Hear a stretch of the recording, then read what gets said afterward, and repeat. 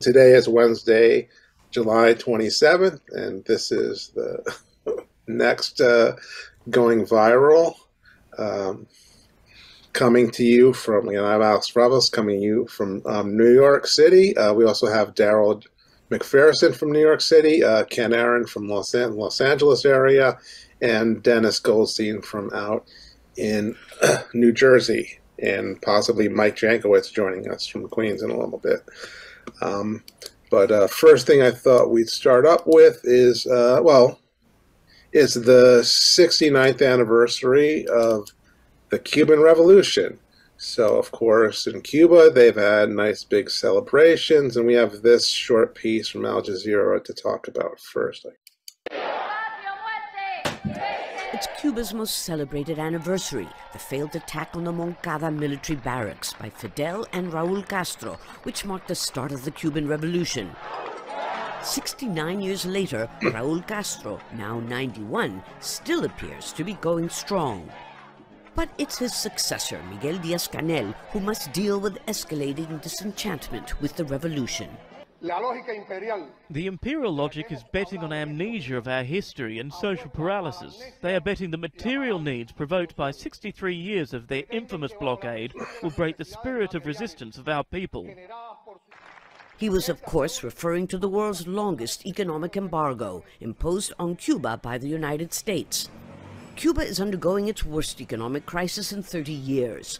Power blackouts this month in the middle of the stifling summer have led to street protests, while tens of thousands of Cubans are fleeing. Díaz-Canel continues to argue that the U.S. economic embargo is the root of all of Cuba's woes. But on this occasion, he issued a novel challenge to the United States. We conclude that they maintain their blockade because without it, our country would be a model of a humane society. Too subversive for the current world order. If I'm wrong, then lift the blockade immediately, completely and without restrictions, and remove our so-called pretext. In the meantime, Díaz-Canel promised that in a few weeks he'll announce the details of an economic reactivation plan to counter acute shortages of food, supplies, and energy. He ended the ceremony with the traditional, though increasingly questioned, cry of socialism and fatherland or death. All right. See a Newman. So first off, we should say that they're completely wrong that this is the worst period for the Cuban economy.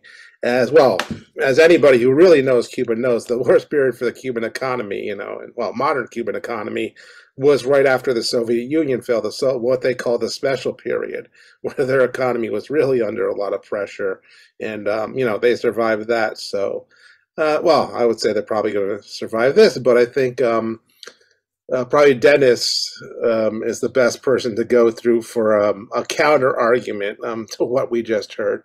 So, Dennis, you want to unmute, and I'm sure you're still muted, Dennis. You gotta find the right button. All right, there you go. I don't have a counter argument. I agree with you. I mean, the special period was the crisis, the economic crisis. Right. Yeah, because they essentially lost, their all the economic support the Soviet Union had been getting them, and a little bit, I think, Communist China too. So let's Daryl. Dennis, let me just ask you, because you may have you ever been to Cuba? Because I know a bunch of lefties have. No, I haven't. Okay, all right. So Daryl. I have a very close friend who was there at the beginning of the revolution. Oh, okay, wow. And he was the Cuban ambassador to Spain under Castro early, but he left. And that's how I got to meet him. He was here. I mean, I know a lot about the 50s. Sure. Well, if you're lefty, you hear a lot about Cuba. Yeah. So let's go to Daryl then. If you want to what are your thoughts on the Cuban Revolution? How, you know, criticism or positive? Yeah. Thank you, Alex. That missed that one too. That should be a national holiday. I think what needs to be emphasized here for those who are out of study or have little knowledge is that when people talk about blockades, especially in the cases of United States blockades, the Cuban government isn't asking the United States to be nice and trade with them. All they want is the right to operate in the global system without hindrance, meaning that when you're blockaded by the United States, essentially no one else is able to trade with you without being paranoid about whether it's going to negatively affect them. So it's if we speak of fairness, it's unfair that the United States is able to wield that much economic power without ever having to experience anything equal from anyone it decides to exercise economic power over. So that's one really important thing. The other thing is that in that context, any problems that the government would have that could be cured by doing business with other countries to get sources of power, to get food, to get medicines. All of that is hampered and prohibitive. So the miracle of Cuba is that with all that pressure, they've still been able to educate doctors to come back to the United States to work in poor communities. They have probably the best medical, especially a medical system available to do medicine around the world for places that are unable to perform medicine, to get medical care on their own. So what I'd like to see is, once again, getting more information out of the island about the conditions, so that when you come back with, well, the people are in the street because, well, yeah, they're in the street because they're failing to be serviced. However, is their government able to function in the world economic system to the extent to provide the people with services as compared to governments that have the power to run that global system, their populations? Actually, in that vein, I would recommend to everybody, you know, a few months ago, the people at Breakthrough News, you know, Rania Kalik and Eugene Perrier, who run that news outlet, you know, they visited Cuba and did a bunch of, you know, on the spot pieces about the current, you know, I think this was, you know, a few months ago. I forget when they actually went, but again, and you know, they're a great website, so you know, and news outlets. So that's, again, you would find out, you know, they have like 6 or 8 different pieces that they did, you know, with a lot of interviews from the actual Cuban people themselves. So I would recommend that if people want to get more information on Cuba. But I see we have a guest with Jim. So Jim, if you can unmute, well, I'm sure you have more than a little knowledge about Cuba. If you want to give your 2 cents. Well, this is discussing the importance of the Cuban Revolution. Oh, it's the 69th anniversary of the revolution, you know, that they're celebrating. And so cute. Well, you didn't, I guess you missed the piece. You know, we played a piece by Al Jazeera of, you know, the rally that they held in Havana with, you know, Raul Castro looking pretty spry, but and the current president, you know. And then, of course, they gave the usual spiel about, you know, the revolution's in trouble, there are protests in the street, etc. But, you know, mentioning the blockade, but not, you know, as Daryl was saying, not really giving the full context. Yeah. So that's all where right. we're Well, coming from. Yes, I see. Well, I am part Cuban to start with. my family, part of my family came from Cuba before the Spanish-American War into the United States. In fact, they lived in Santiago de Cuba for several centuries. Now, my grandfather was actually involved in supporting Castro until he declared himself that he was a communist. And that's when my grandfather changed his mind. But, you know, Cuba is an amazing country. It's the revolution. It was an amazing event. And it's certainly something that changed the nature of that society. My feeling is we should have amicable relations with Cuba. And I know that there's all sorts of domestic reasons why that's difficult to do. But even among younger Cuban Americans, there was a change in opinion about all this. So I think that the Cuban Revolution, certainly in terms of Africa, was extremely important. I always was in favor of Cuba sending troops to Angola. I felt that that was a important thing to do. I'm well aware of what happened in terms of Cuba aiding the African liberation struggle, which starts with the inception, the aftermath of the revolution in 61, 62. One of the more insightful things to read that Che ever wrote was on his basically incursion into the Congo, which was a total debacle. And so for all the people who like to read about Che and have this sort of mystique about him, it's always sobering to read that screw up that occurred. And that was, of course, was his first interaction with Laurent Kabila, who became the president of the Congo after Mobutu Sese Seko was overthrown. But that was a complete screw up. I mean, Kabila was one of these, you read his accounts of Kabila, that was a clear miscalculation. But, that's Cuba injected itself into the Cold War.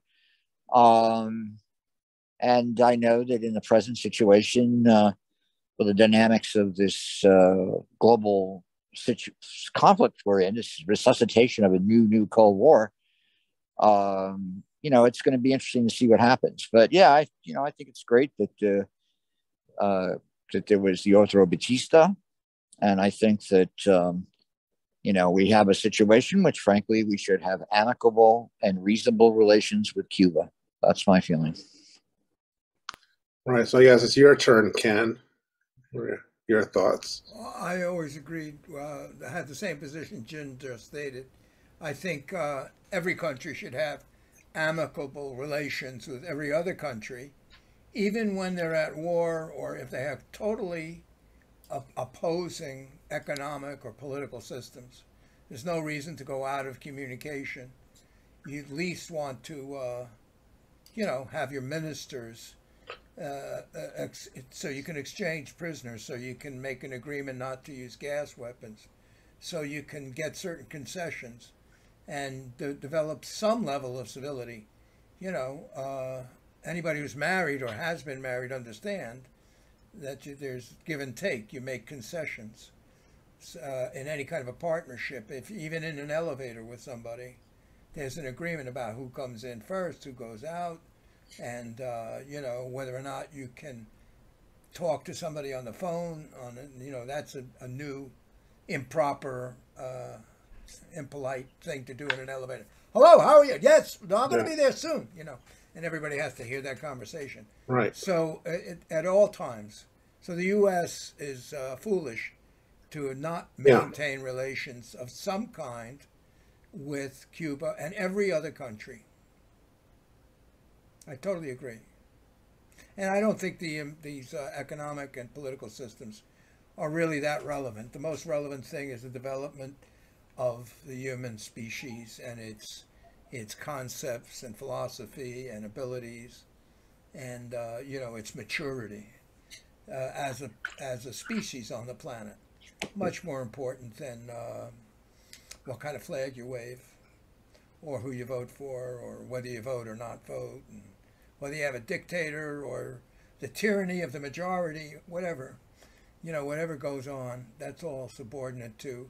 A friend of mine once said, whatever the system, if you have a democracy and everybody's accountable, it's not going to do too well. And the same thing went if it was a totally a technocratic, a technocratic autocracy, just brilliant people running it, like what seems to be happening now with the corporations. All of that's not relevant when you have to look at the personality and the character and competence of the individuals. Hey, here comes Frank. Oh, so, really?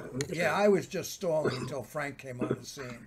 So let's go to Frank and ask him what he thinks. You ask him. Here he comes. Well, you ask him. Okay, well, Frank. There he goes. Let's wait for him to connect. He's there. He's all right, Frank. So we're just talking about we played a piece by Al Jazeera about the 69th anniversary of the Cuban Revolution. So you're last to comment about it. Yeah. So what do you think about Cuba, the Castros, and they showed Raul Castro looking very healthy for a 90-year-old guy. So and of course also discussed some of the current economic problems in the blockade. But Frank, you want to unmute and yeah. I haven't got precious little to say other than that it's a shame about Cuba. Cuba had the potential to be amazing. If it wasn't for the Cuban Revolution of 58. It could have been absolutely incredible. But, oh well, they had to go through what they did, and now they're where they are. Same with Venezuela. But, I've pointed this out once before, and that is that way back when, in the beginning of the Industrial Revolution, where did it start? It started in Britain. And where were the managerial skills? In Chatham, which was where they built the ships of the line out of wood. And who was making the best ships of the line in the same period? Believe it or not, it was Havana. Best ships in the world were made in Havana. Okay, and it has been argued that there could have been an industrial revolution there, but sadly, Cuba went the way it did. Yes, sadly, for all of South America in a way, it's huge potential. There was no reason why,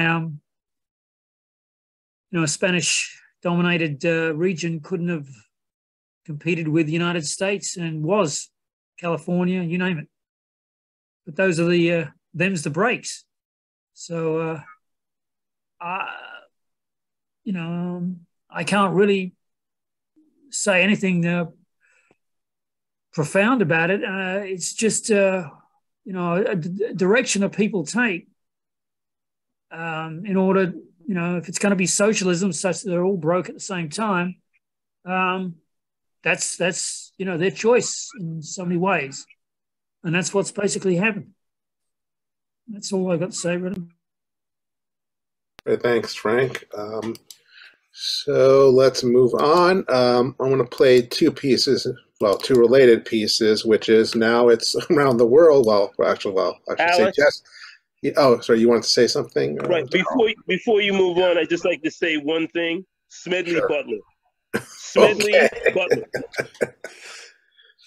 Right, yeah. Well, yeah. And he went into Cuba, again, as he said, I think that was for was the New York, the Bank of New York, I think, back then, which basically became Citibank later on. But yeah. But as I was saying, it's fire season now, at least in the northern hemisphere. So we have two, from different parts of the world, Greece and California, specifically on recent wildfires. We'll start with this one about Greece. And let me just say again, since I've been, twice to Greece within the last year, you can see, I could literally see, like, going into certain parts of Greece, this kind of landscape of, totally burned down hillsides that, and this was like months after it happened.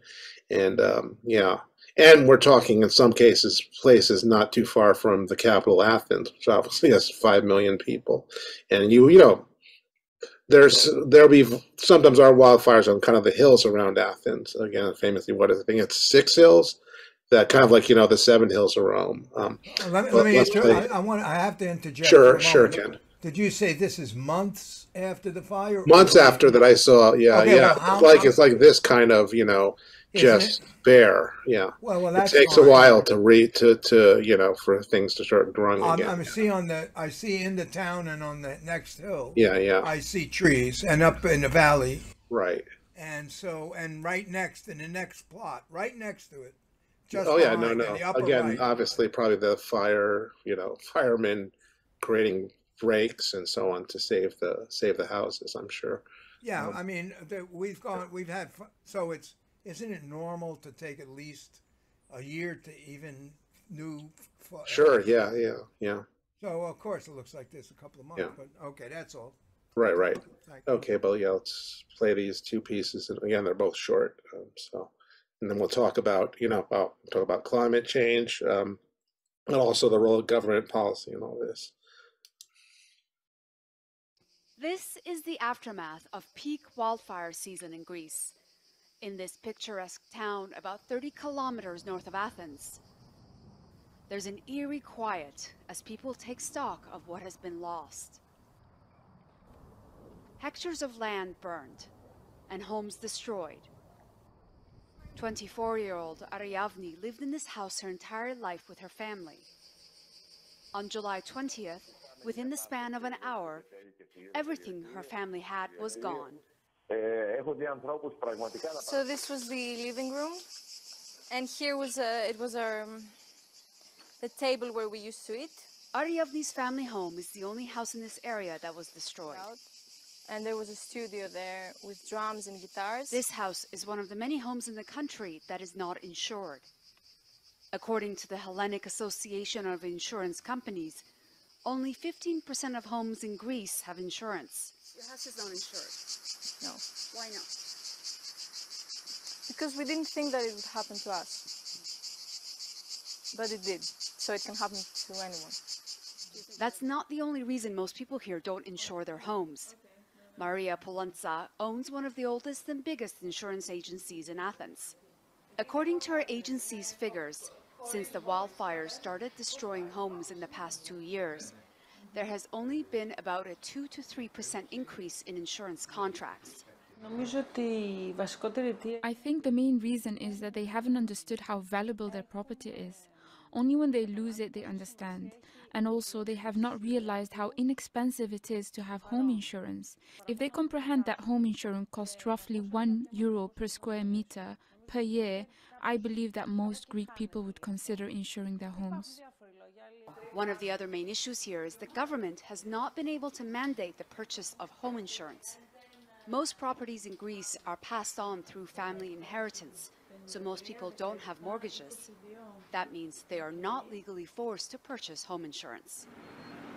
The government has tried to force homeowners to buy insurance only in certain parts of the country, a move which outraged the insurance companies and forced it to abandon the idea. But it does provide some financial assistance to those who have lost their homes to natural disasters. For now, many Greeks remain uninsured and face financial ruin with every fire season. Dorsa Jabari, Al Jazeera, Athens. Okay, so let's go to California next, and similar wildfire. Well, I should say similar, but much worse, and bigger, and a lot more people. Aftermath of an inferno. This house was completely incinerated by the huge wildfire that ripped through Mariposa County in California's Sierra Nevada mountains. used to boast about The heat them. was so جاءكم أهل اليمن. The people of Yemen has come. They're soft hearted. Let's go back. I guess I didn't stop it. Hence, it melted aluminum parts in cars, turning Nevada mountains. The heat was so intense, it melted aluminum parts in cars, turning them into shiny dribbles of metal. The fire broke out on Friday and quickly exploded in size, engulfing thousands of hectares and forcing thousands of people to evacuate. Dozens of structures have been destroyed. Firefighters say years of drought, extreme heat, and millions of dead trees killed by invasive bark beetles turned a small blaze into a monster. We're in a dramatically major drought. So what you see is, immensely dry conditions, not to mention the beetle bark period that killed a lot of these trees that are now dead and standing, along with low humidity, major or hot conditions. That just made a recipe for disaster. And then, yeah, so when the fire swept through here, it literally blew everything up. About 3,000 firefighters have scrambled from all across the state to this remote mountainous region. They douse hot spots, cut up downed trees, and build fire breaks. When there's no roads, the fighting is done from the air. A steady stream of helicopters drop water and fire retardant on burning hillsides. The work has begun to pay off. We've made really good progress, and that's because the conditions, the weather conditions have been on our side. The amount of resources that we brought here have also helped, and also the wind has died down, so that has allowed us to keep the fire from spreading. The cause of the fire is under investigation. California and other western states have been dealing with severe wildfires year after year, each one worse than before. The early start to California's fire season over the past several weeks sends an ominous signal. Soon, blustery Santa Ana winds will blow through these bone-dry forests, making fires more likely to break out and harder to fight. Rob Reynolds, Al Jazeera, Mariposa County, California. It's kind of funny there how the words climate change never as a possible cause of all this is present in neither one of these stories about, massive and increasing wildfires in recent years. I wonder if maybe, I'm sure it doesn't have anything to do with the fact that, of course, Qatar is a major oil and natural gas producer and therefore doesn't want to talk about how their oil and natural gas is causing this. But I think the more interesting thing is to bring up the issue of, insurance but also government policy in terms of, I guess one question with these kind of wildfires that I think always gets brought up in my mind is, should we just, block people from building houses in certain, well, obviously, you being in California, Ken, I'm sure you've heard many sides of that kind of debate. But, let's start there, and then we'll talk about insurance in a minute. What do you think about the idea that, government should just basically prevent people, also in terms of prevent people from building, on the ocean where, rising sea levels are going to eventually force them to move anyway. And of course, again, that relates to, that people should be denied fire insurance if they choose to build their houses in those kind of areas as a way of, forcing them out from, but yeah, I'm sure you have some thoughts about that, Ken. Well, I used to, people would call up from the East Coast every time there was a fire within 300 miles of where I live. I say, no, those are just the rich people who choose to live in canyons that are just like if you were going to build a fire, that's how you would do it. You make a canyon, dry wood, then there's a fire, then after that, it starts to rain and there's mudslides, and that's where they build their houses. So they're idiots. And then insurance companies, got to be bailed out by the government. So that's the injustice of it. But it's also an ecological burden on all of us because the land doesn't really belong to just the person who owns the land. In a sense, I mean, aesthetically, if I'm driving through the country and I'm looking at people's properties, like if it's the south of England or if it's the west coast of California, I appreciate seeing nature rather than a gutted landscape. And also, you can't own it forever yourself entirely. It belongs to society to some degree, always, even if it's not public lands. But there's a lot of corruption in this and so forth and so on. And the idiotic thing in Greece or California is, why didn't they clear space around their buildings?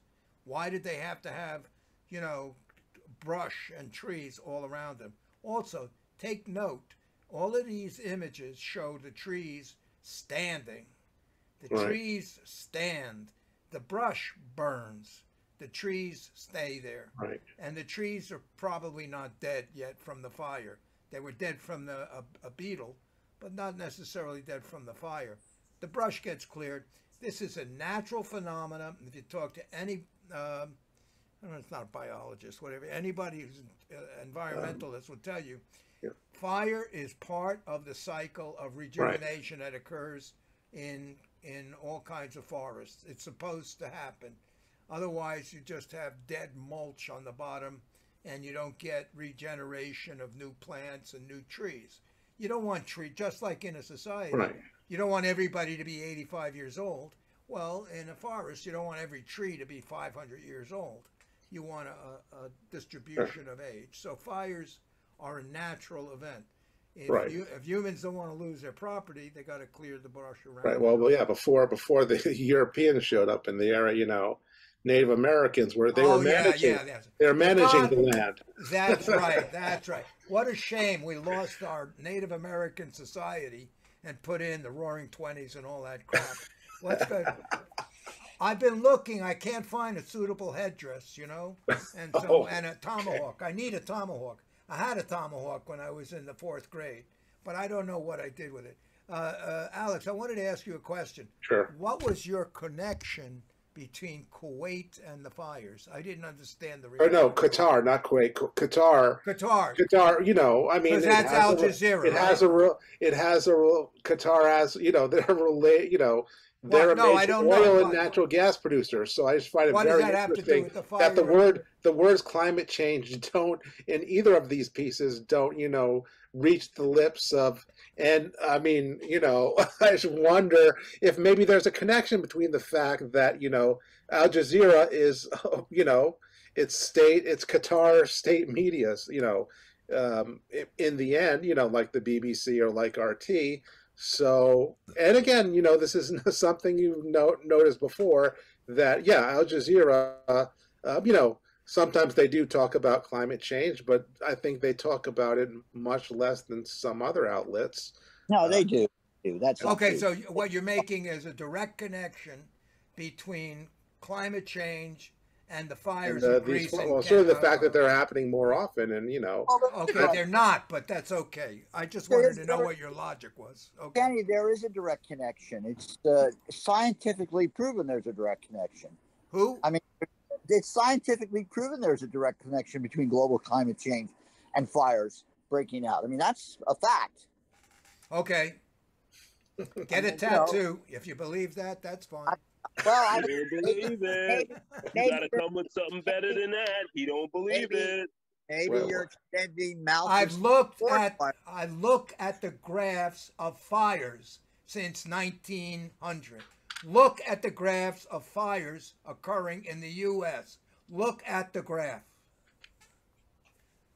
and see if it coordinates with increase in CO2. Just take a look at the graph. You'll find it anywhere on Google.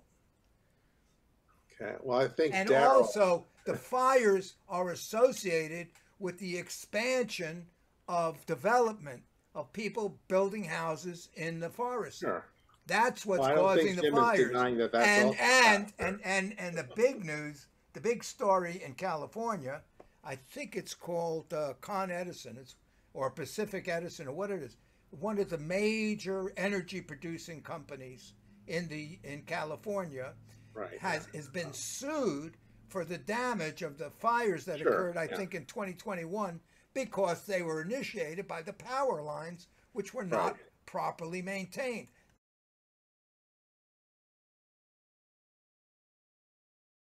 Woods, you got power lines, and you got people, compost heaps and growing plants and cutting down trees and doing all kinds of things and having a fireplace and so forth. And it's the incursion of modern society in the forest. And even without anybody doing anything, you will have fires started by lightning and so forth. Sure. And so forth and so on. It is not directly correlated exclusively to global warming. It is not. I don't think anybody's seeing that, Ken. But I think Well, Daryl had something he wanted, Okay. and another reason maybe. I'm sorry. I'm terrible. I'm just terrible. Not while Ken's on a roll. Right, Well, Ken. I'm sorry. I apologize. well, no, that's good. That's good. It's good to have some contention. But yeah, go on, Daryl. I think Ken's done with his rant. No, I think Ken made some very interesting points, and he did point to science as compared to just not having anything to substantiate what he's saying. I would like to have better information. There was a special on PBS about some indigenous nation in the Northwest that was showing people how to do control burns to clear out the brush, and they had developed a whole way of managing forests that was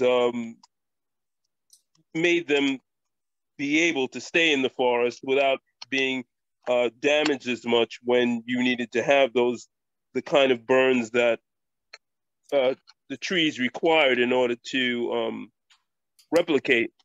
So yes, there are things that we can learn from people who've had experience in the forest, who were here before the Europeans came, and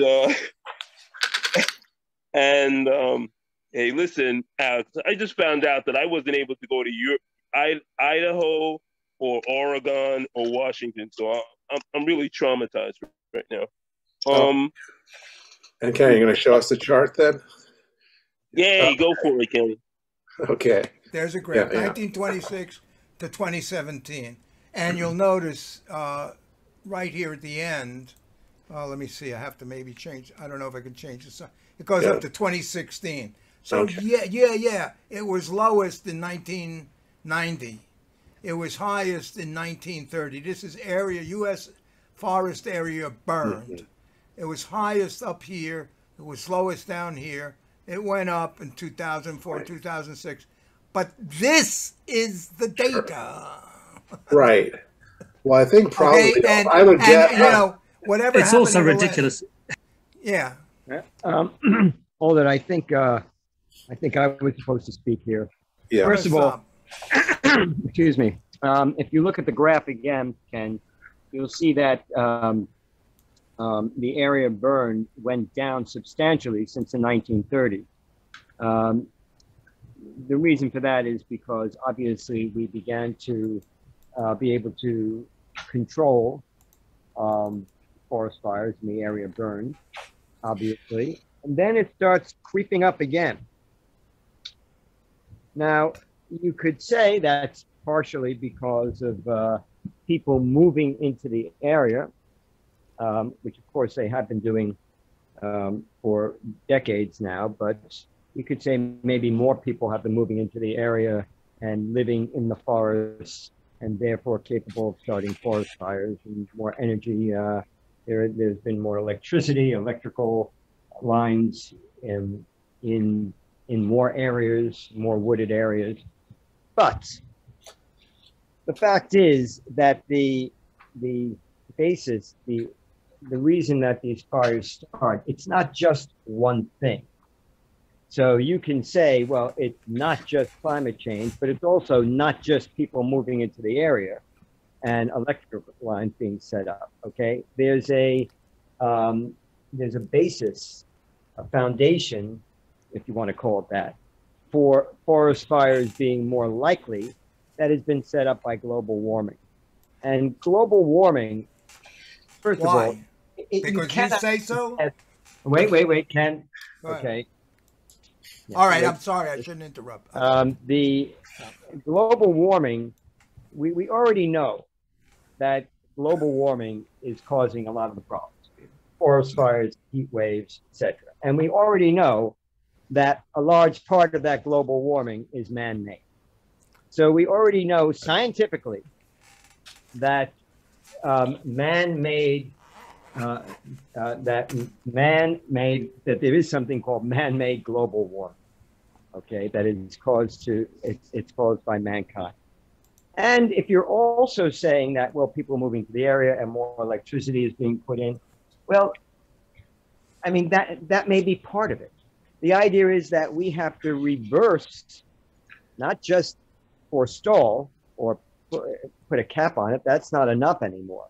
We have to reverse the trend that our technology and our excesses have done to cause this global warming, which then is partially responsible. The global warming is partially responsible for the forest fires and mankind's other incursions into the areas. So we have to do something to curb that.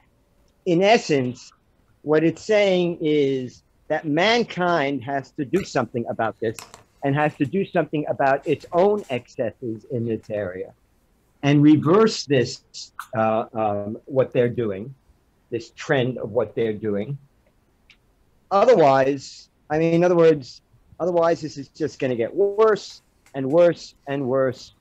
And again, one thing will lead to another, so that there'll be less habitable land. I've already gone over this in other episodes here. There'll be less habitable land. There'll be more migration. If we don't reverse this, we're looking for more and more catastrophic, more and more of a worldwide catastrophic situation until it becomes uninhabitable and unlivable.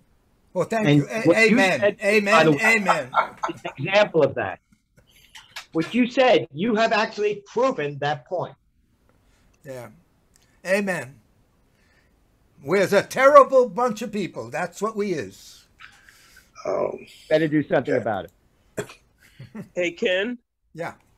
Have they talked anything about the use of fire retardants? There was a once again, there was a group up in Washington that once they use the fire retardants, it impedes the forest from regrowing. So yeah. there I can believe that. Yeah. That and the cancer. You know, humans can deal with cancer. It's all right. That's why we have Gary No specials and BAI fundraisers. But yeah, do you hear anything out there about the negative effects of retardants? Sorry, that's one of the miseries and hidden stories I haven't looked up recently. Right. But I'm sure it's most likely true. I was just bringing this up to say. And what is this? They're mentioning the beetle borers. You know about that they. There was a bug that killed a lot of trees. Mm-hmm. And that's important. Right. I'm agreeing with you, Ken, to some extent. Yeah, not to be skeptical of scientists and what scientists say. You just have to. You have to stop this idiocy when some politician gets up and say, we're following the science. That's absolute bullshit. It's absolute bullshit. They get scientists who work with them and they work it out and they say, this is what we're going to do. And we're going to sell lots and lots of medicines. You know, it's because science said so. Excuse me. I'm getting emotional. Forget it. Excuse me. I shouldn't get emotional because I got emotional about 9/11, you know, forget about it.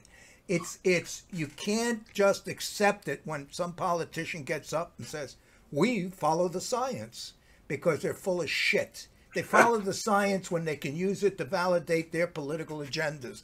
That's it. If you bring up an issue with them scientifically that finds them at fault in social things, in medical, in oil, in global climate change, anything, then you're not following science because you're not backing what they say. I'm sorry, and there's also, gentlemen, scientists have the same flaws and good points and bad points that all human beings have. Scientists did not come from another planet. They're just like everybody else. They have, greed, avarice, laziness, jealousy. Right. They have the same characteristics as anybody else. And there's, I can send it to you. You should be watching a YouTube channel called Vertasium, and Vertasium is fantastic. But he did a presentation about why 60% of all scientific papers are wrong, and it's known in scientific industries that that happens, and he shows you the reason that is. And there's some political or social reasons, but there's also mathematical reasons. You can't just accept science, or we'd still be believing, I'd rather be wrong with, who was it? The guy who said there is no blood flow, you know? Then I'd rather be wrong with the guy who says there is blood flow. I'd rather be wrong with the guy who says there is no blood flow than to agree with the guy who showed me that there is blood flow. You can't just say, I go with the science. Science has to be challenged. If you don't have the ability or the background to challenge something which doesn't make sense to you, then you got to get educated or look for alternative positions. You can't just say, I believe in science. That's absolute crap. Science Ken, can I interject something here? Yeah, go ahead. First of all, you're using the term science incorrectly. You are, not me. You no. First of all, you keep saying follow the science. Before you start making accusations, you better wait till I say something before you make an accusation. No, I mean that's tonight and every other night you say science is science. Ken, science, when somebody puts out a paper, they're not putting out something as fact necessarily. Most papers are not put out as facts. They're put out as not as theories. Starts out as a hypothesis, turns into a theory. Then people have to find ways to prove it scientifically. So science, if you want to say, can question science. But you don't sit there and say, well, I'm not going to listen to scientists because what do they know?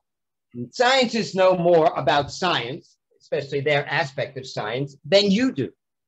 That's why we listen to them, not because they're always right, but because they are better trained. They know more than we do about these particular things. It doesn't mean they're going to be right 100% of the time, but they're going to be right a lot more often than you are. And that's, in other words, it's not a matter of saying one thing is absolute. It's either 100% or 0%. Unfortunately, life is a matter of playing the odds.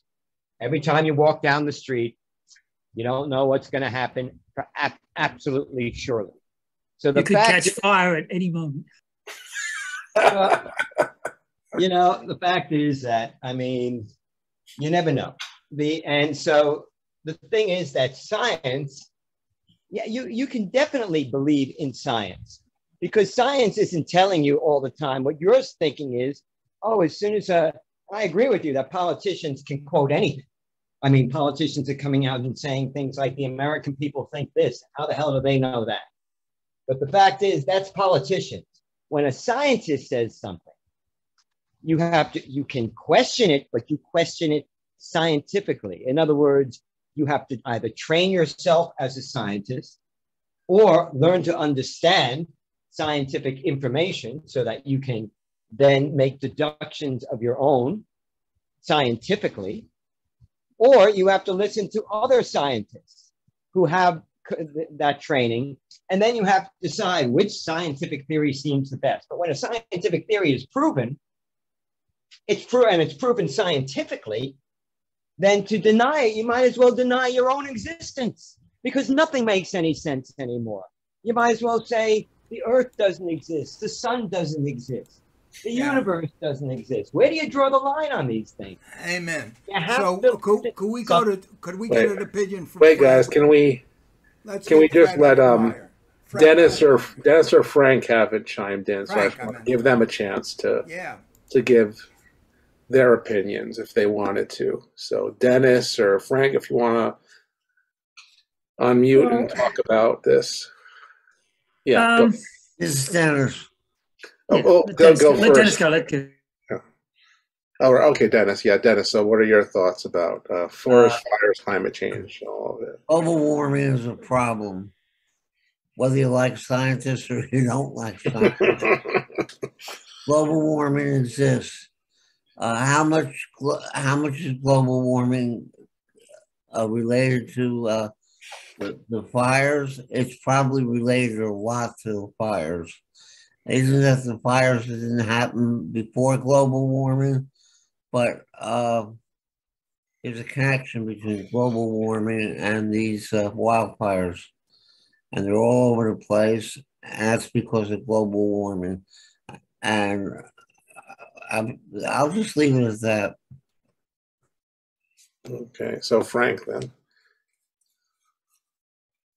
Okay, well, I mean, that graph you showed there, Ken, probably shows something similar to what's going on in the Amazon. You know, there's a lot of clearing of trees because population is going through the roof in the United States. So why not, do the easy thing, which is to remove a forest so you can put in a suburbia somewhere. But, water tables are down. Irrigation has drained many of the major rivers pretty much to such that they're a poor reflection of what they once were. And that's, I think everybody understands that that's the price you pay when your population goes through the roof and they want affluence. And now I think it's feasible to take, say, a eucalyptus tree. Now, eucalyptus trees are actually designed to handle fires because their bark just falls off. All right, and they're not supposed to tolerate the conflagrations we're talking about here, where it's you can melt metal, but they could probably be treated, their barks, such that they can handle some mild fires, and then just they rejuvenate. But that's in Australia. Wherever there's growing suburbia, especially in California, it's like Chinatown. You got a water problem, and then the people want scenic vistas, so they're going to plant the kind of trees they like to see, and that's maybe inappropriate for the area. And so there should be a sort of responsibility, and I think that's in Germany, where you've got a sort of forest husbandry that sort of goes with the village or whatever, and it probably means it jacks up the taxes because it costs money to do all that kind of thing.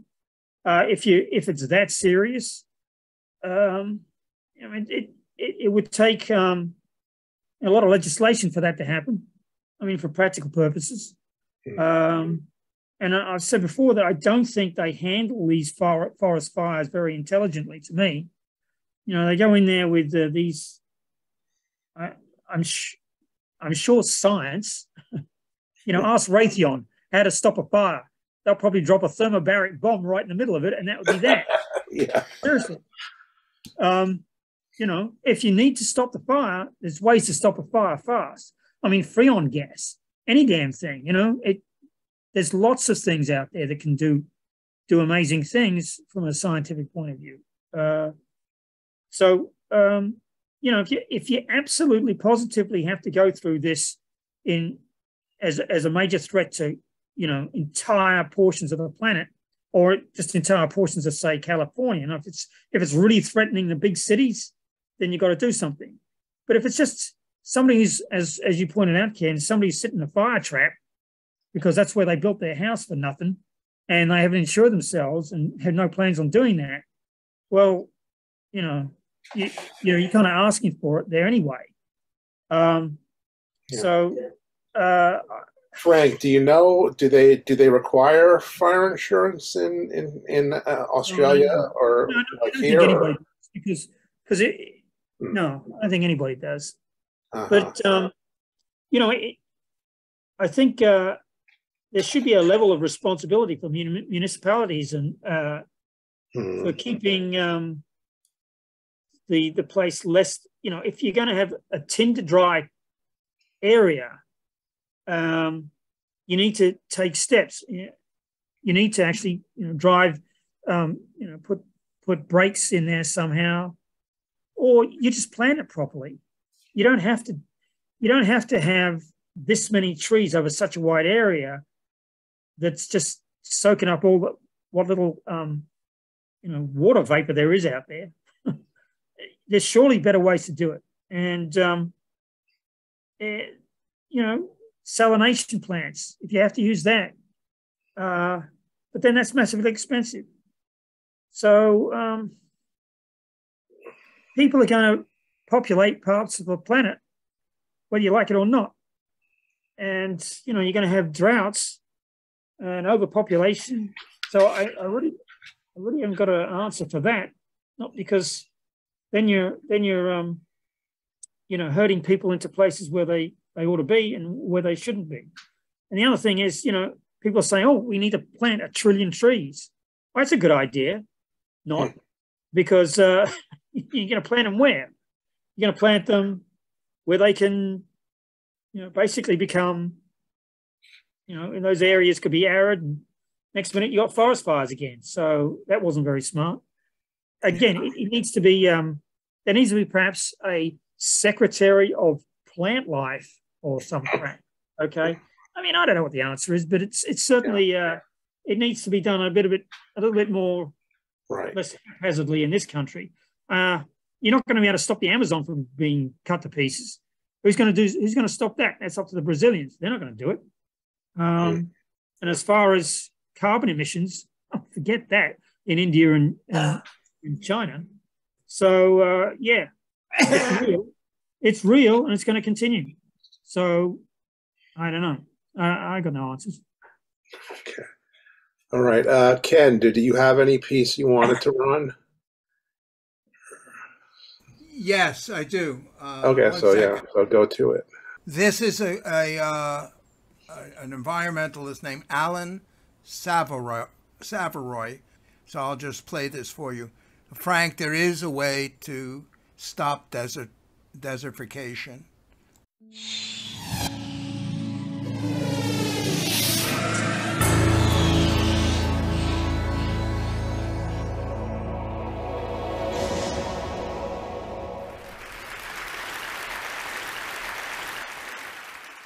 The most massive tsunami, perfect storm is bearing down upon us.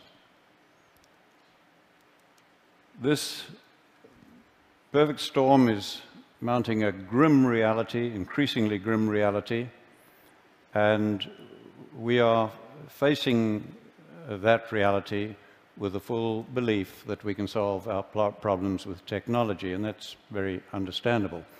Now, this perfect storm that we are facing is the result of our rising population, rising towards 10 billion people, land that is turning to desert, and of course, climate change. Now, there's no question about it at all. We will only solve the problem of replacing fossil fuels with technology. But fossil fuels, carbon, coal, and gas, are by no means the only thing that is causing climate change. Desertification is a fancy word for land that is turning to desert. And this happens only when we create too much bare ground. There's no other cause. And I intend to focus on most of the world's land that is turning to desert. But I have for you a very simple message that offers more hope than you can imagine. We have environments where humidity is guaranteed throughout the year. On those, it is almost impossible to create vast areas of bare ground, no matter what you do. Nature covers it up so quickly. And we have environments where we have months of humidity followed by months of dryness. And that is where desertification is occurring. Fortunately, with space technology now, we can look at it from space. And when we do, you can see the proportions fairly well. Generally, what you see in green is not desertifying, and what you see in brown is. And these are by far the greatest areas of the Earth. About 2/3, I would guess, of the world is desertifying. I took this picture in the Tihama Desert while 25 millimeters, that's an inch of rain, was falling. Think of it in terms of drums of water, each containing 200 liters. Over 1,000 drums of water fell on every hectare of that land that day. The next day, the land looked like this. Where had that water gone?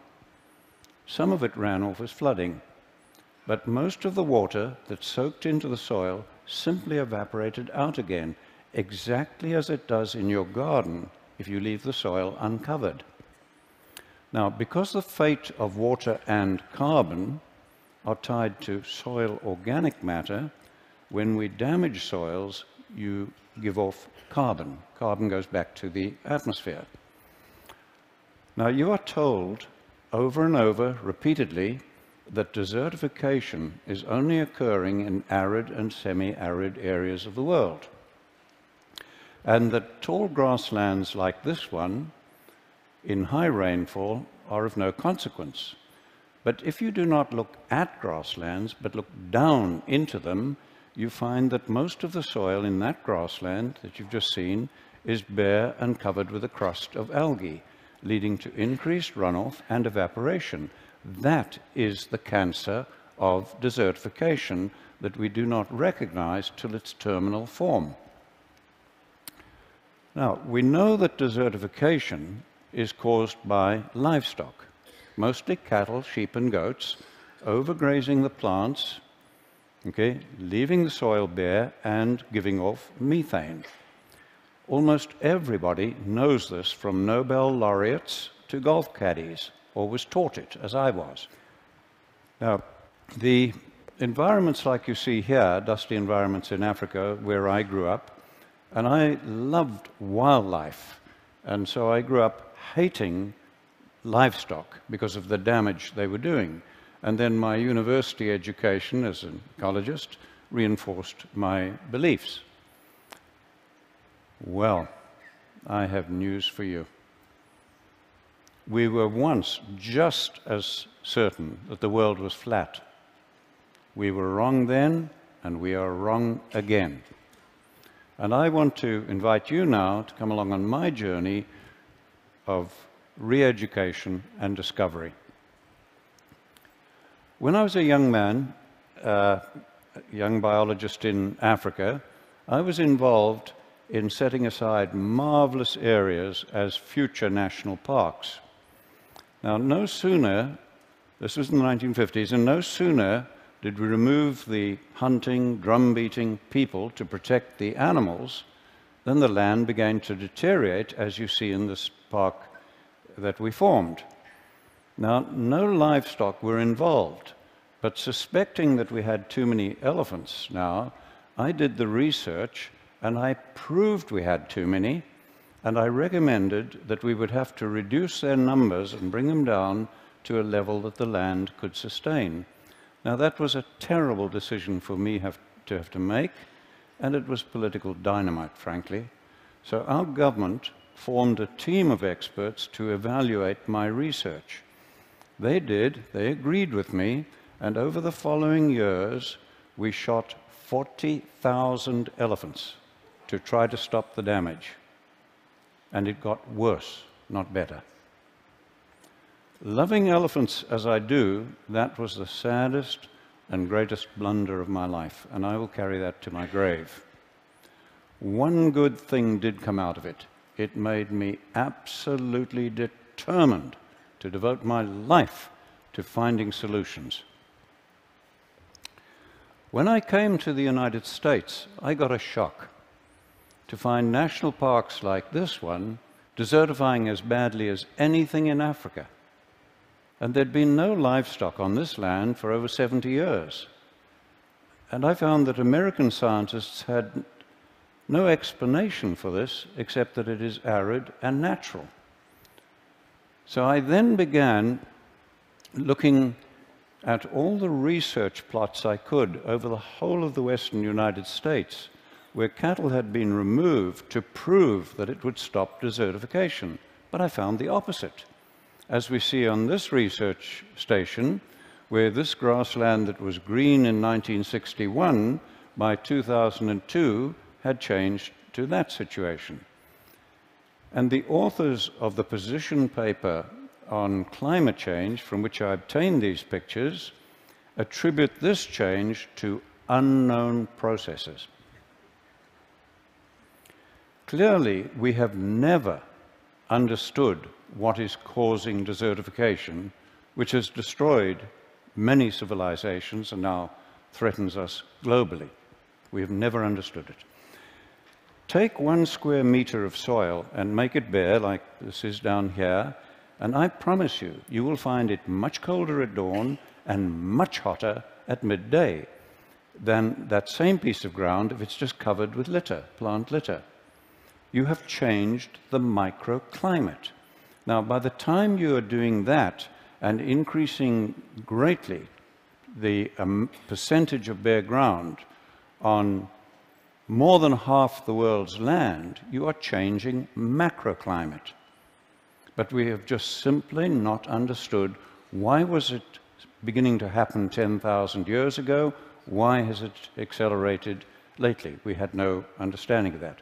What we had failed to understand was that these seasonal humidity environments of the world, the soil and the vegetation, developed with very large numbers of grazing animals.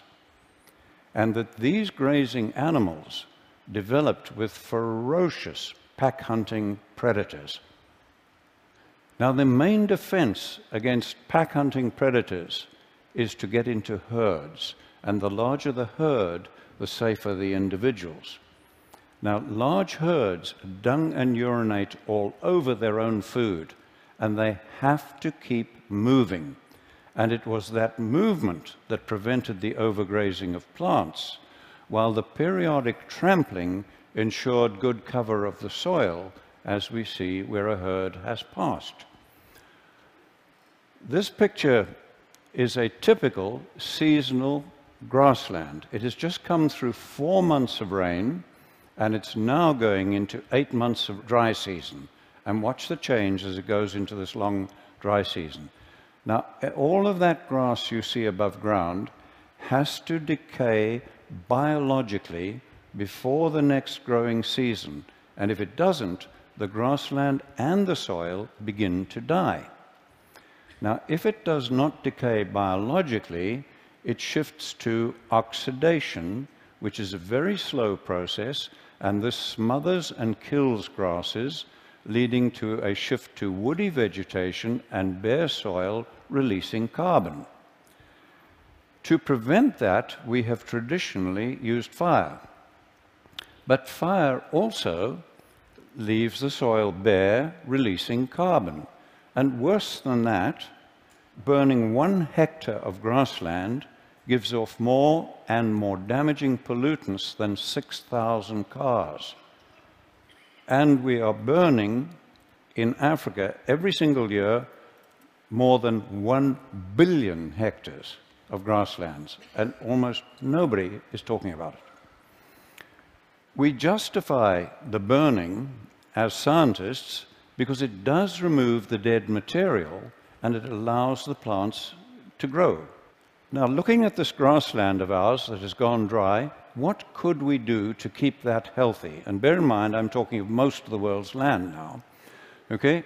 We cannot reduce animal numbers to rest it more without causing desertification and climate change. We cannot burn it without causing desertification and climate change. What are we going to do?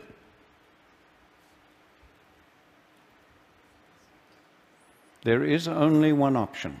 I repeat to you, only one option left to climatologists and scientists, and that is to do the unthinkable and to use livestock, bunched and moving, as a proxy for former herds and predators and mimic nature.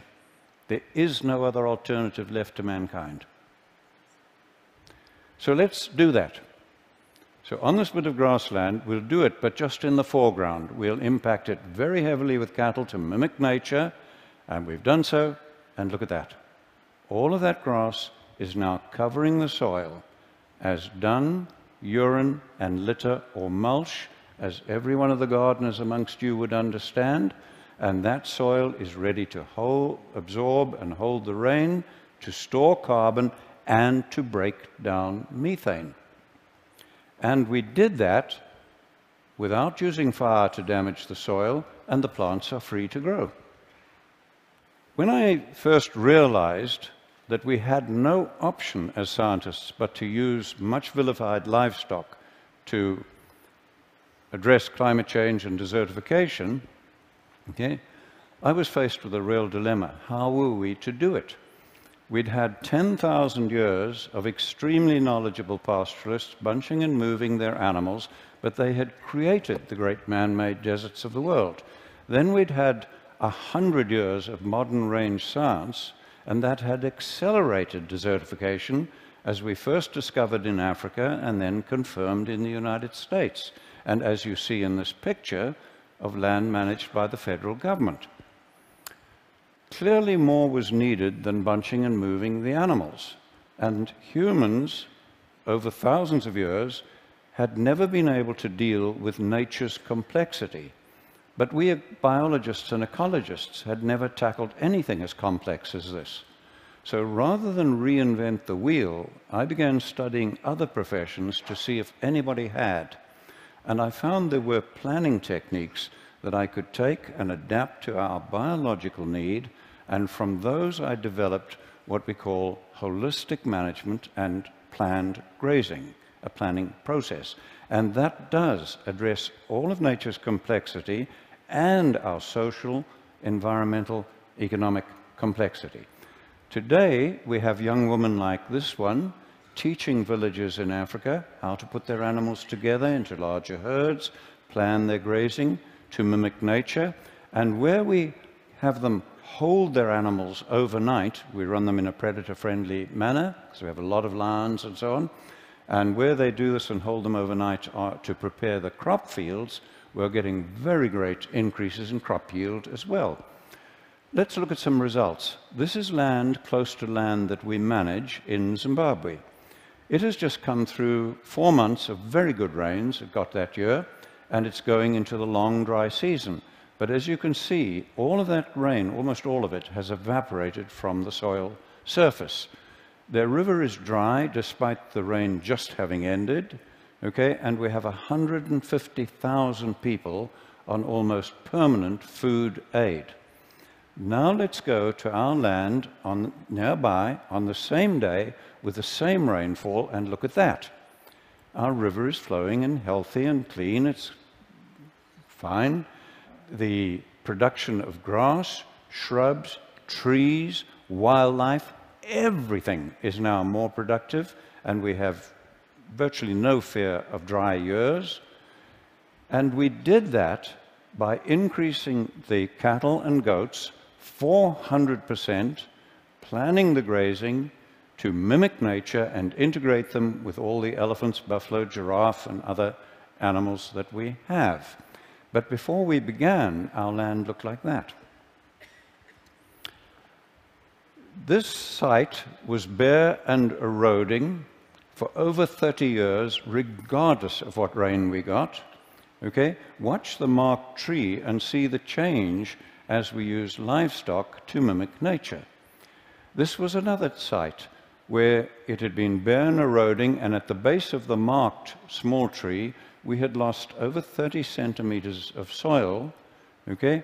And again, watch the change just using livestock to mimic nature. And there are fallen trees in that now because these are now, the better land is now attracting elephants, etc.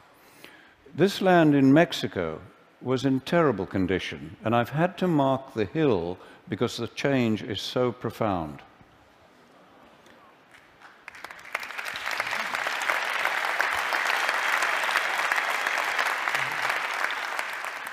I began helping a family in the Karoo Desert in the 1970s, turn the desert that you see on the right there back to grassland, and thankfully now their grandchildren are on the land with hope for the future.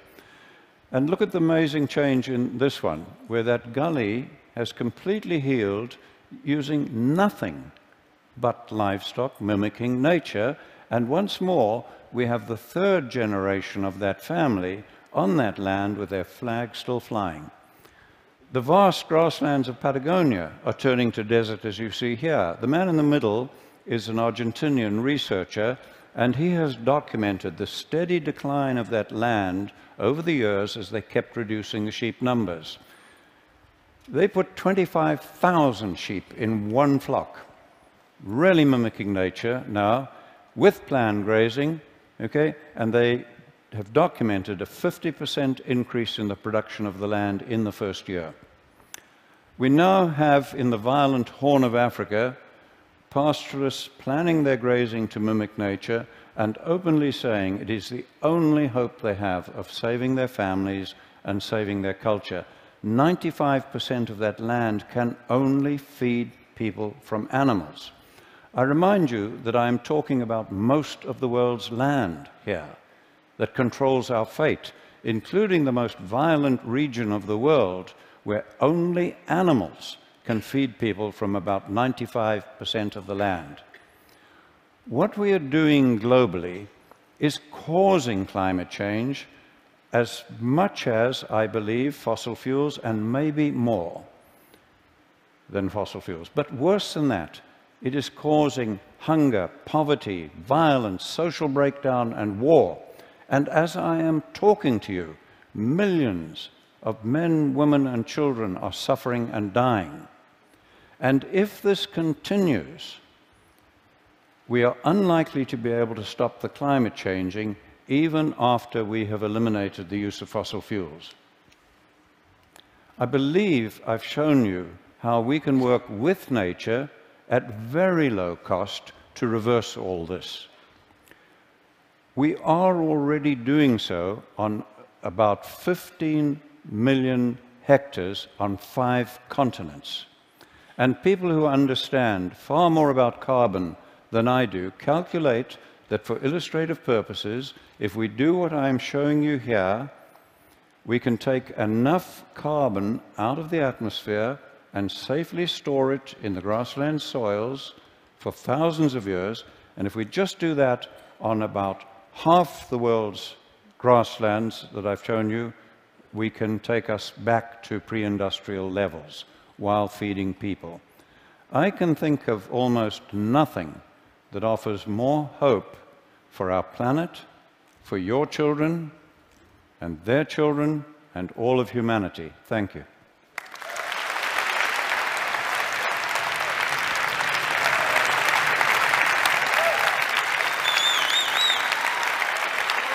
Thank you.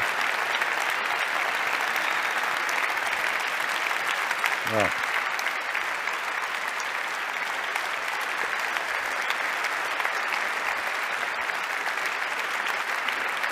Thank you, Chris.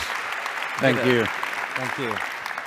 I have, and I'm sure everyone here has, A, 100 questions, B, wants to hug you. I'm just going to ask you one quick question. When you first start this, and you bring in a flock of animals, it's desert. What do they eat? How does that part work? How do you start? Well, we've done this for a long time, and the only time we have ever had to provide any feed is doing mine reclamation, where it's 100% bare. But many years ago, we took the worst land in Zimbabwe, where I offered a £5 note in a 100-mile drive if somebody could find one grass in a 100-mile drive. And on that, we trebled the stocking rate, the number of animals, in the first year with no feeding, just by the movement, mimicking nature, and using a sigmoid curve, that principle. It's a little bit technical to explain here, but well, I would love to. Yeah. I mean, this is such an interesting and important idea. Yeah. The best people on our blog are going to come and talk to you and try and. I want to get more on this that we can share along with the talk. That is an astonishing talk, truly an astonishing talk, and I think you heard that we all are cheering you on your way. Thank you so much. Well, thank you all. Thank you. Thank you, Chris.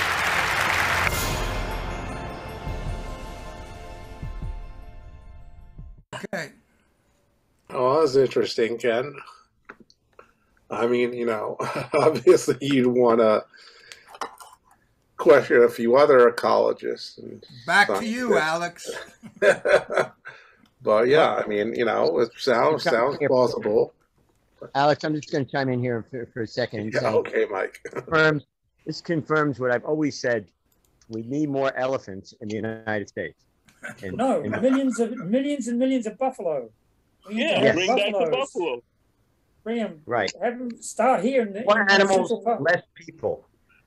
Central Park. Start them here and just herd them across New Jersey, back and forth across New Jersey, until there's nothing left in New Jersey. All right. It's not a big law. Ken? Yes.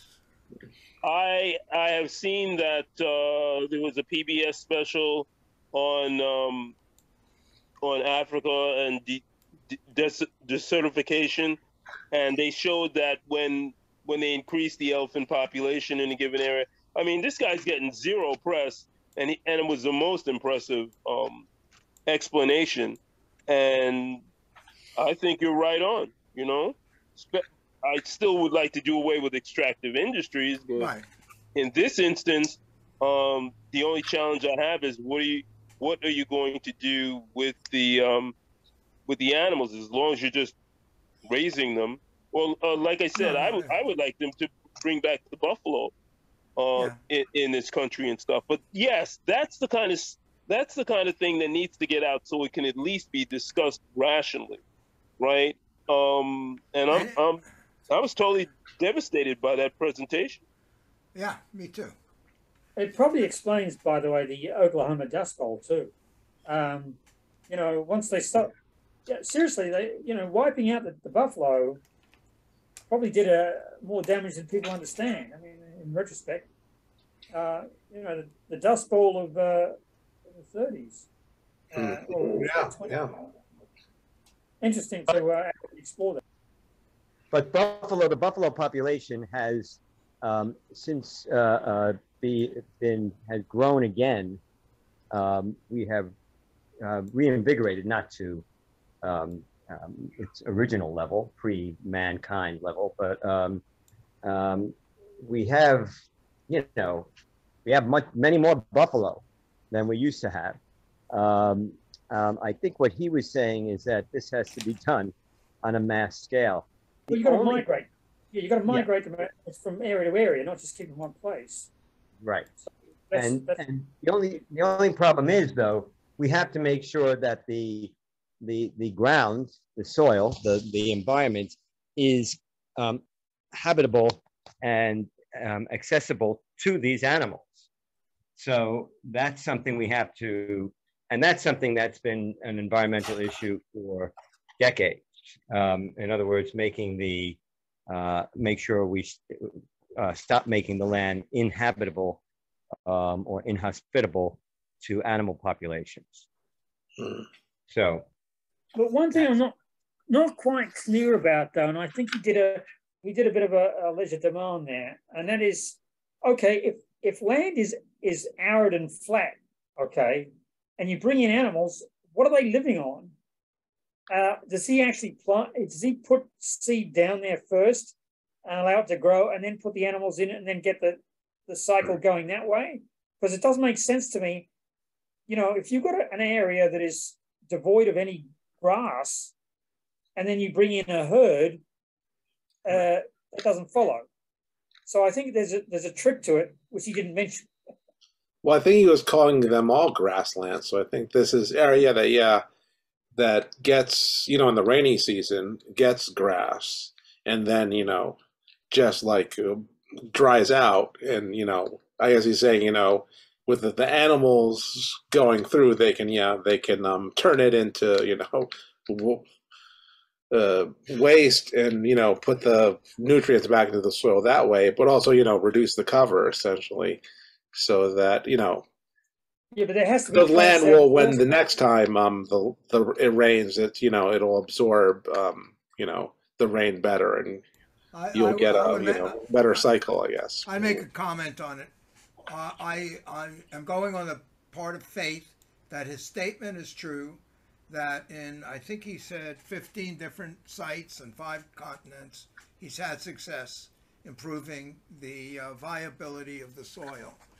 Assuming that's true to some degree, let's say 10 sites and 3 continents, whatever, he's doing something, and he's demonstrating, at least with some photographs, the pragmatic implementation. It does work. And yes, Frank, he's not starting in a place where there's no rain. He called them lands with a certain amount of humidity, blah blah blah. Whatever he was talking about. Yeah, it's over my head. I'm not a botanist, but the thing is, it's not a big high tech, sexy solution that Boeing or Raytheon can make money on. It's, you know, more like he showed you, indigenous populations learning how to control, you know, stinking sheep and cattle and so forth, and having to do with feces and garbage and junk and mulch, but it's working. You know, except so it's not, it's, you know, so it would be good if there was support from international, you know, from countries and other international organizations, and I'm sure there is. We just don't hear about it because it's not presented adequately on the news. This isn't a TED talk. Well, wait a minute.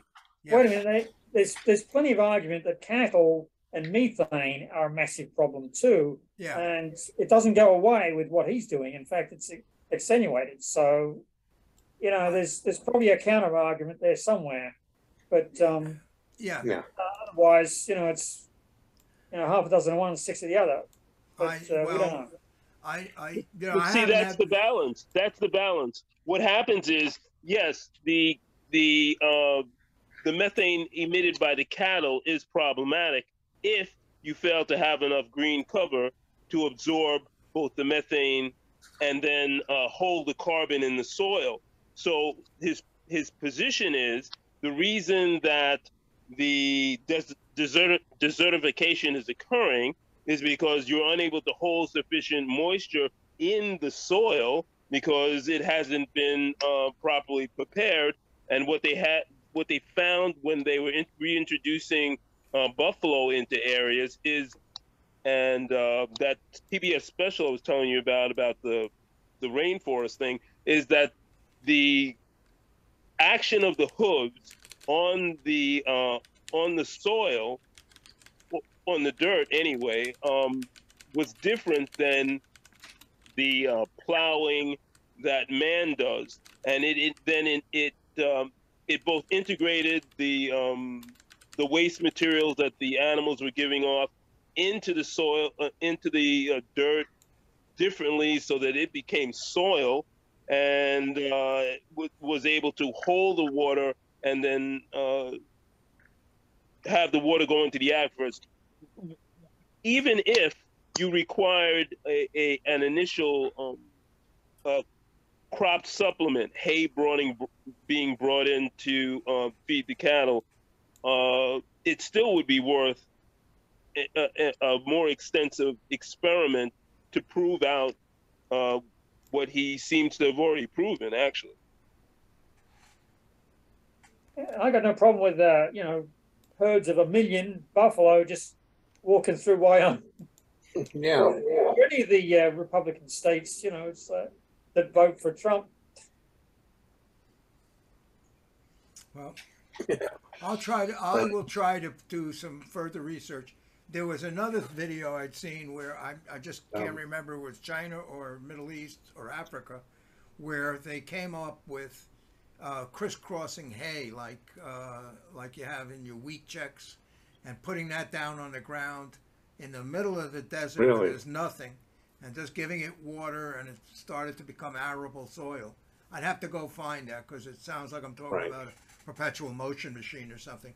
But the thing is that presentation is very encouraging, and you know, it's well, a huge thing in general is the depletion of soil, especially through agriculture over, you know, and monocrops and everything we're hearing.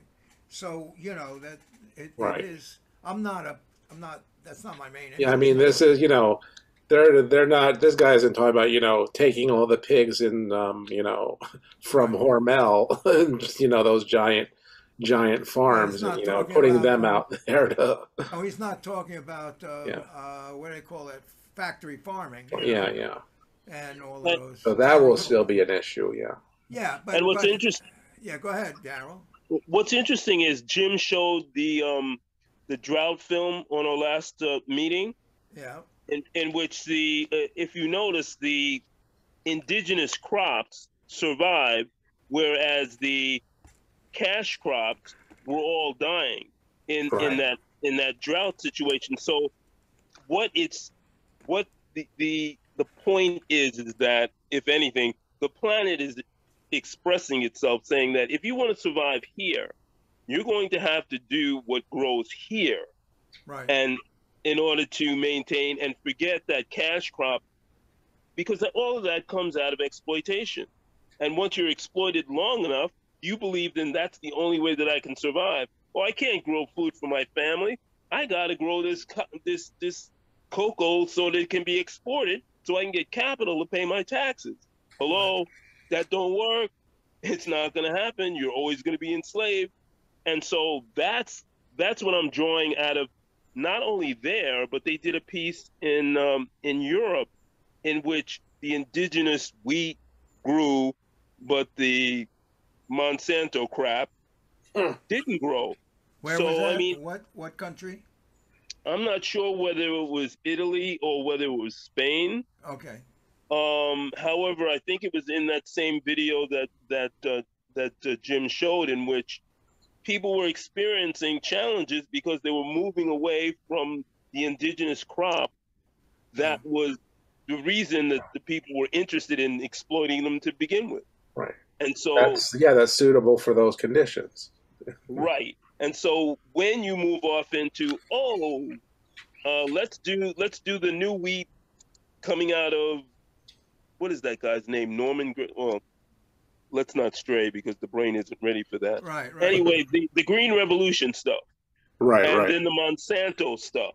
Right. When in my head, I'm saying, okay, it's 21st century. When are you going to start growing this stuff using nutrients and hydroponics,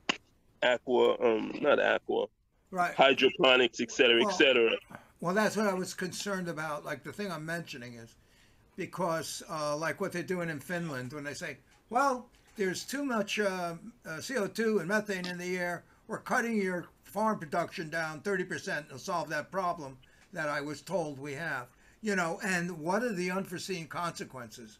Nobody's figuring it out. Let's just cut it by 30%. Every single farmer, you know, because we don't have time to make an evaluation about each farmer and what he's actually contributing and what effects that are good or bad or anything. And we didn't have time to plan out and see what's going to happen to the economy, to people eating, to, you know, if you cut the produce down in a country 30%, the population living there is just going to import it. So you're going to get the same number of corn and tomatoes and loaves of bread, but now it's coming on a ship, and the ship is going to create more pollution because it's going to use fuel. Or not just, it's going to cost more because you got to pay for transportation costs. Yeah, you know, so you can't just say, you know, look, that's it. Just blow up the gas stations and destroy the refinery plants and, you know, shoot anybody who uses Vaseline hair tonic, you know, because that comes from fossil fuels. You know, except if you're in Myanmar. Yeah. Yeah. Well. Right. So, but that was the Danish. But since you were up in Finland area, did you see the experiment that Denmark and Finland? Same thing. Oh, really? Yeah. Ooh, nasty business. Did you see the experiment that they did? I believe it was either Finland or Iceland, in which they took sand and they transferred solar energy, the heat, into the sand. Yeah, I'm hearing in order to provide power. Right. That's the new battery. Yeah, man, that was like totally. So the answers are out there. We just need to stop being stuck in what the traditional quote unquote folks who want you to do it whatever way that they think they can make the most profit on your labor. And open up the doors to other voices that have different solutions, not just one solution A and solution B that seem to be in disagreement with each other. You know, open the door to new solutions. Like, you know, if you look on the internet, you can find something about tidal energy. Now, the thing about tidal energy is it's very predictable.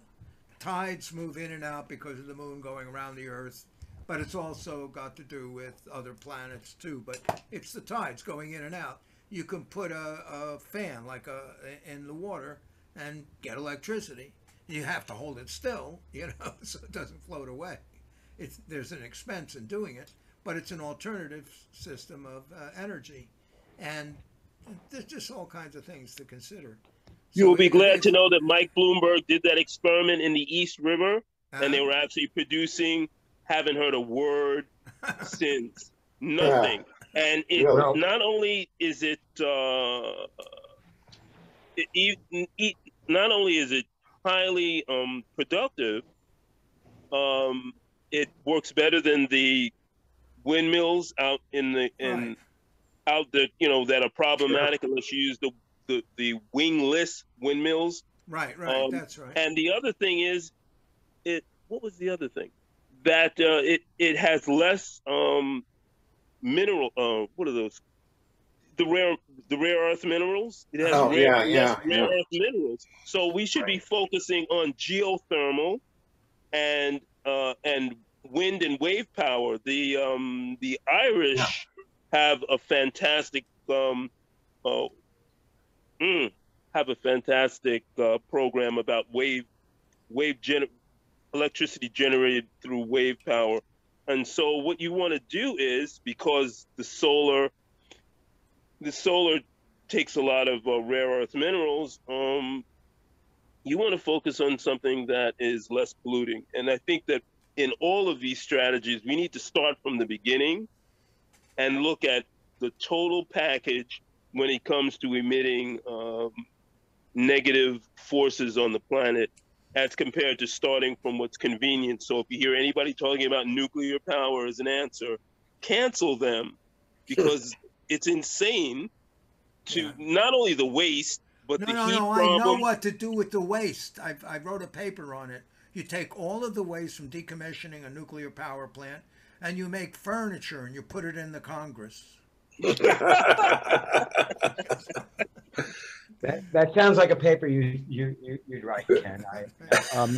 The thing is that, first of all, as far as, obviously, if you're in the middle of Manitoba, wind power is going to be a more logical choice. If you're on the eastern seaboard or tidal power, it's going to be tidal powers. So it's really going to be more regionally dictated. But I think the overall thing that's being said here is that if we follow nature, excuse me, what nature would do, that's probably our best bet. Basically, that's what he was saying. Is we were trying to mimic a more natural situation vis-a-vis animals and the environment. But that situation existed before we started, screwing around with it. So basically, if we do follow the natural way of things, that's probably our best bet for getting ourselves out of this predicament. And I think this is one example of an attempt to follow a natural way, nature's way or whatever. So it's solar power, not solar power, wind power or tidal power or something, at least coming close to nature's way of doing things. Okay, unless of course, we find out, if we want to talk about conspiracy theories, that this guy really works for a cattle feed corporation. But just a little humor in there, guys. That's not a real conspiracy theory. The idea is that I think this is an excellent idea as far as basically not using animals, but basically allowing animals to do what they would normally do, temporarily manipulating it so that we can rescue in other words, salvage the damage the damaged areas that have already been damaged, and then basically, let things take the course that they're supposed to take, up to a point. All right. So yeah, this has been the July 27th going viral, which means I think will probably be the last going viral of the month. So we'll see you guys in August. I've been Alex Stavropoulos. We've also had Ken Aaron, Daryl McPherson, Mike Jankowitz, Frank Radford, Dennis Goldstein, and Jim Dingman. So have a good evening, everyone. Thank you.